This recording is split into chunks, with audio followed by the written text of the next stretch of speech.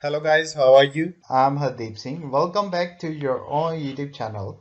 IELTS updates and recent exams. For more updates related to recent IELTS exam writing test topics, listening, reading, practice test, and speaking, you can guesswork. Please, guys, participate in everyday listening and reading practice test to achieve your desired band score in your actual IELTS exam. Please hit the like and subscribe button. Press the bell icon for the upcoming notifications. Don't forget like, subscribe and share my YouTube channel and my Facebook page, IELTS updates and recent exams. Part 1. You'll hear a conversation between David and Claudia about their holiday trip. First, you have some time to read questions 1 to 5.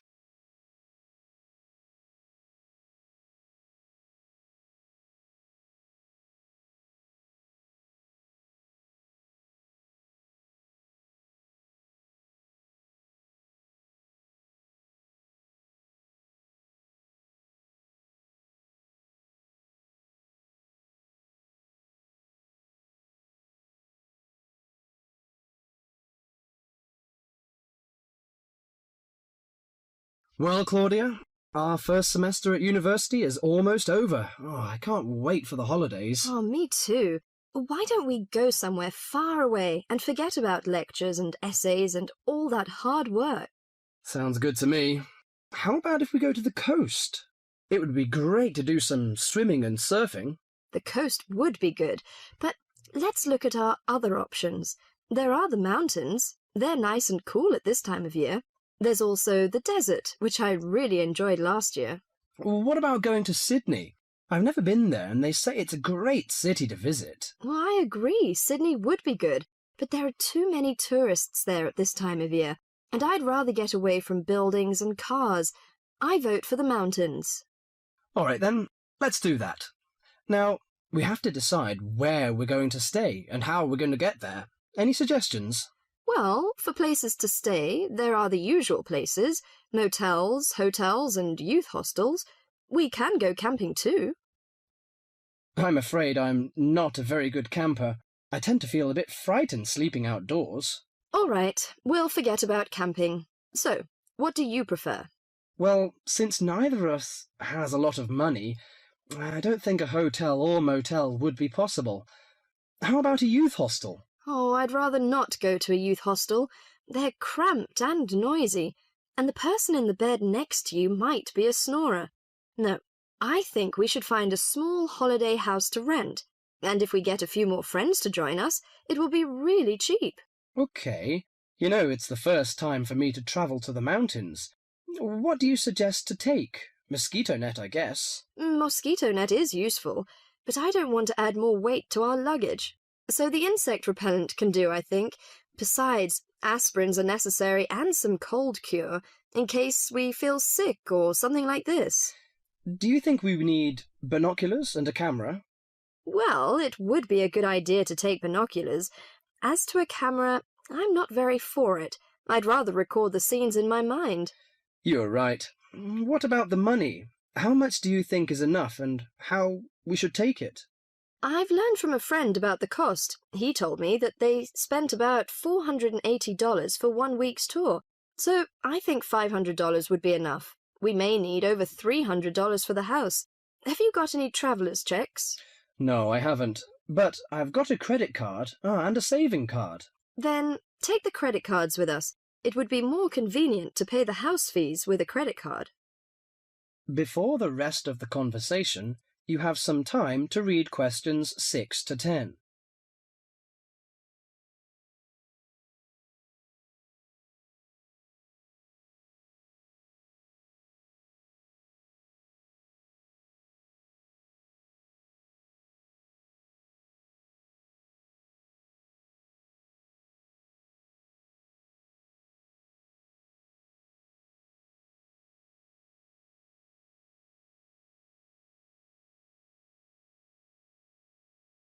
Oh, I nearly forgot the date. How long will we have before we have to be back here on campus? Under a week, I think. We'll leave on the 14th of April and come back on the 21st, because you know we'll start to study on the 22nd. Do you know the definite locations of some holiday houses? I suppose it would be nice if we book in advance. Yes, look at this brochure here. It says that there are several holiday houses near the mountains. I prefer the one near the woods. It's situated right across the road from the rainforest park. That sounds good. We can easily go to the rainforest park then. Do you know what else we can do there besides visiting the park?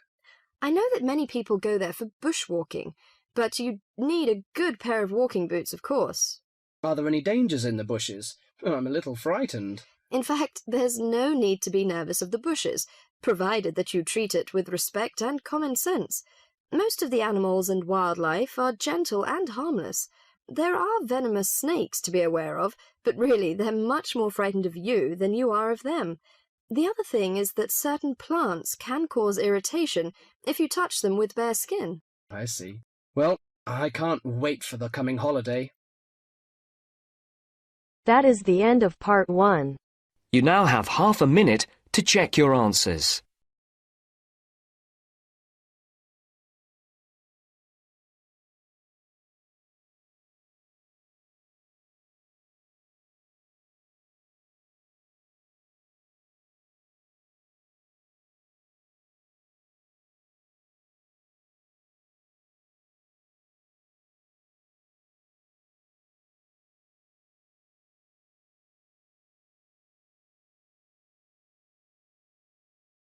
Now turns to part 2. You are going to hear a student arranging to transfer between English classes. She is leaving a message on the language department's answering machine. The student's name is Mei Lee. First look at questions 11 to 17.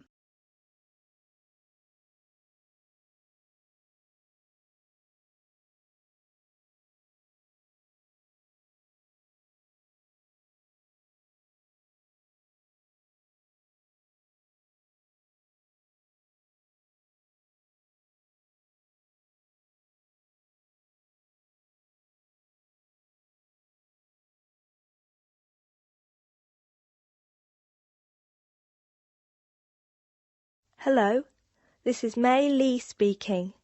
This message is for Mrs. Brooks in Student Affairs. Mrs. Brooks, I telephoned you last week and you told me to call back and put the details of my request to transfer on the answering machine. I hope you can hear me easily. I have the form here and I'll give you the information working from the top to the bottom.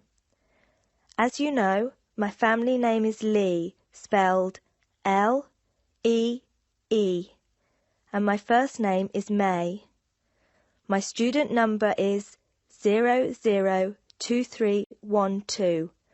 That's 002312. I'm in Mr. Anderson's class. You know, he's the one who helps out with the football team. The next part of the form asks for my address. I'll give it slowly. I live at Flat 5, 10 University Avenue. You probably know the building. It's just near the engineering school. The telephone number is 818-6074, and I share it with a lot of other people, so it's often engaged. I'll give it to you again. 818-6074. I think that's all I have to put on this part of the form. I know you were curious about my reason for requesting a transfer, so I'll explain that next. Before you hear the rest of the talk, you have some time to look at questions 18 to 20.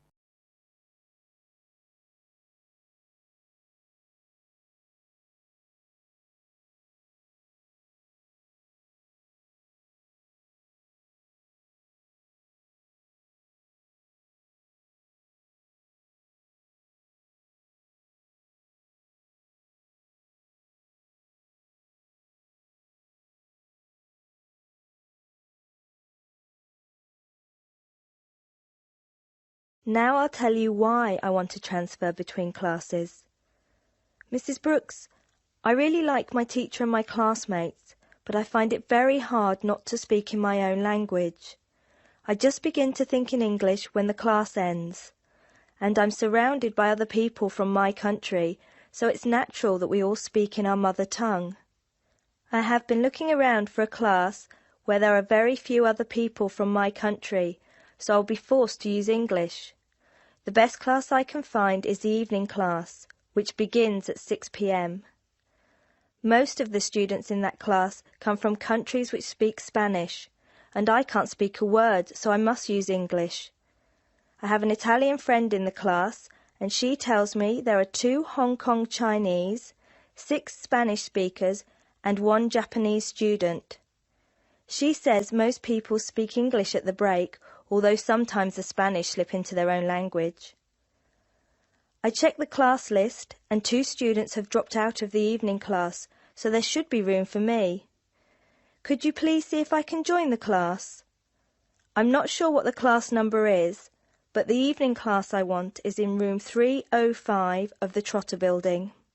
The class I'm in now is next door to the Trotter Building in Prince Tower, so it's very easy for me to find my way to the new class.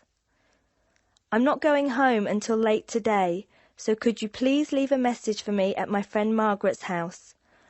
Her number is 812-7543, and she has an answering machine.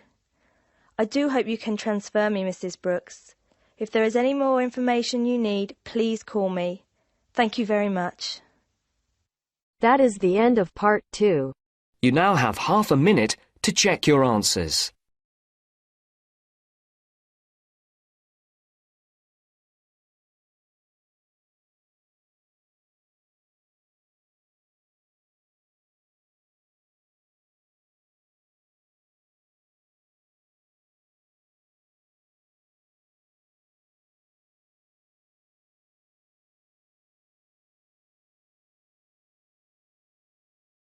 Now turns to part 3. You are going to hear a conversation on animal protection. First, you have some time to look at questions 21 to 25.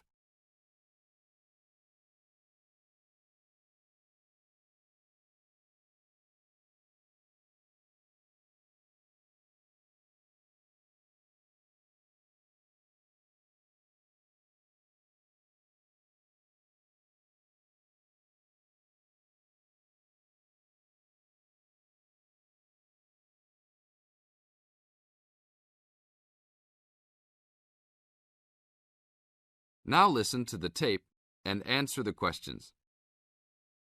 Thanks for joining us today, Mike. How did Baja California become a consideration for a condor release? Our recovery plan for California condors requires us to re-establish the birds in as much as their former range as possible. Baja, being the southernmost recent range for the California condor, works well in that they were only recently lost from the area, mid-1930s, and considerable habitat still remains. It is very isolated with very few people in the area. The mountains are spectacular, ranging up to 10,000 feet, or 3,000 meters. Our selected release site is at nearly 8,000 feet, 2,400 meters. Mike, how many birds do you envision flying free in this area, Baja, in the future? We will be releasing 4 to 8 birds on a yearly basis and will reconsider the situation when we have 20 birds in the area. What age do the birds have to be before moving them? That's a good question. Typically, we move them at 8 months to 18 months old. Birds are ready to fledge, or leave, from the nest at 6 to 7 months of age. In our current release group in Baja, we have birds as old as 30 months. It will be interesting to see how they behave. I expect that they will want to range more than younger birds and make it challenging for us to keep up. Is there a maximum number of birds a certain area can support? Yes, it's called the carrying capacity for any area, for any species. In our case, our strategy to find that number is to saturate the environment to a level where we determine that the birds are showing difficulty either in finding food, behaviorally, or in survivorship. That level is greatly determined by the availability of food in the area and nesting possibilities. Now look at questions 26 to 30.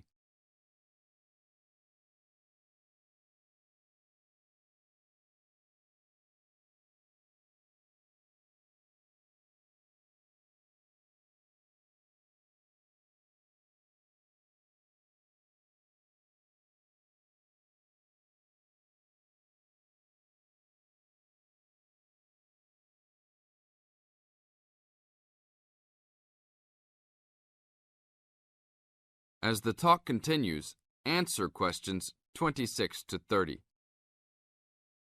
What do you hope to accomplish with this release in the long run?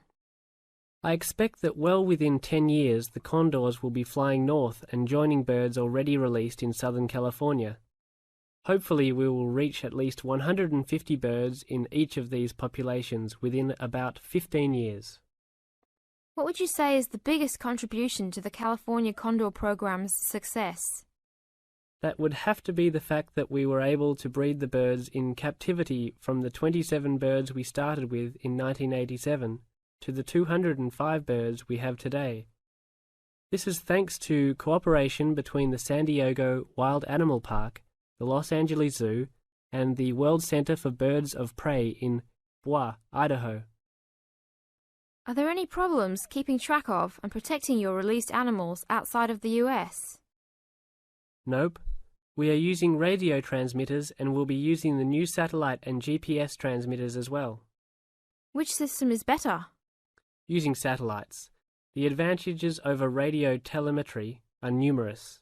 It makes it possible to keep up with the bird's flight without being led miles in a matter of minutes. It took the young condor only a week to migrate across the state, and with just radio telemetry, poor weather can keep a plane grounded, and not all roads are accessible to track them on ground. New technology will allow one to be able to track birds that are not accessible by plane. Also, it is a new way to gauge the effectiveness of reintroduction. How so? If a condor transmitter works properly, researchers will get a location every 10 days for about 2 years. Do you see an end in sight for the need to breed condors in captivity? Yes, that would be great. But it will take a while for us to establish the two wild populations and make sure that they are sustainable. Part of our recovery is to maintain a captive flock of 150 birds in various zoos around the country as a safety net for the future. That is the end of part 3. You now have half a minute to check your answers.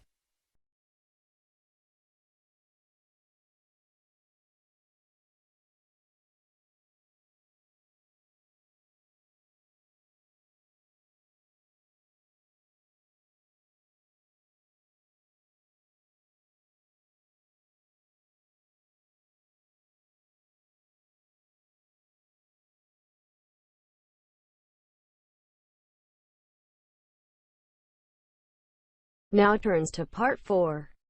You are going to hear a lecture on ecology. First, you have some time to look at questions 31 to 40.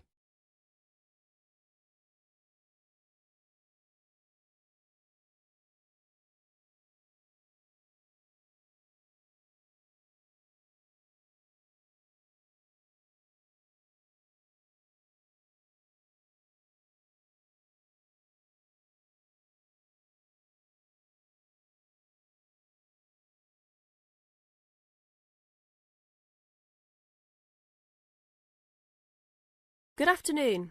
I'd like to turn it over to Dr. Carey, who will talk about the programme in restoration ecology. Thanks, Chris. A lot of people think that human beings can do whatever they want to the environment. But as Aldo Leopold taught, land is a system of interdependent parts which should be regarded as a community and not a commodity. Well, that idea has influenced what we teach here in our program, where students come from all over the world to learn about restoring native plant communities back into an ecologically natural state. This field is therefore a combination of formal science with practical applications, and that is quite attractive to many people. We have students, for example, from many different nations who come just to take part in this unique program. Our location is also quite unique. We have the world's oldest restored native plant community in Curtis Prairie at the Wisconsin Arboretum. Some say that this is proof that the science of restoration ecology was birthed in Wisconsin. Well, that may be oversimplified, but our reputation is strong. But students don't have to study prairies only. One student, Edmund Mukala from the Congo, came to study restoring ancient wetlands in the Congo using knowledge gained from historic samples of the soil seed bank. Not all the seeds survived, but some can remain dormant for many years. Mr. Mukala wanted to find out what type of community would be most similar to that ancient seed bank. He has recently returned to the Congo and is now cooperating with the government to implement his findings. So the only prerequisite for doing research here is that it is a native plant community. That means not just prairies, but wetlands, woodlands, savannas, and other environments. We're proud of the diversity of research topics in our program. And we continue to grow. This year we have 32 new students from 8 different countries. When students first arrive, they begin rigid coursework in statistics, ecology, plant identification, and the theory of landscape change.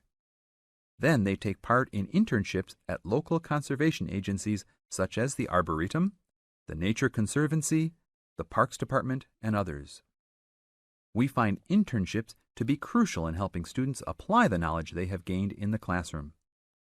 And we're proud to say that, since the beginning, we have graduated 277 students with master degrees from our programs and 122 students with PhDs. Some have gone on to bigger and better things. One graduate is now the director of the Worldwide Fund for Nature in China. Another is the director of Parks Development in California. And others now lead their own research departments in universities around the world. That is the end of part 4. You now have half a minute to check your answers. So guys, don't forget like, subscribe and share my YouTube channel and my Facebook page, IELTS updates and recent exams. For more updates related to recent IELTS exam writing test topics, listening, reading, practice test and speaking, you got guesswork. Please guys, participate in everyday new IELTS listening and reading practice tests to achieve your desired band score in your actual IELTS exam. For more IELTS material, visit my official website www.ieltsupdatesandrecentexams.com. The link is given below in the description. If you need PDF files of latest IELTS material, then please join my Telegram channel. So guys, please write your score below the comment section. Again, thanks for listening. God bless you all guys. Stay tuned, stay safe.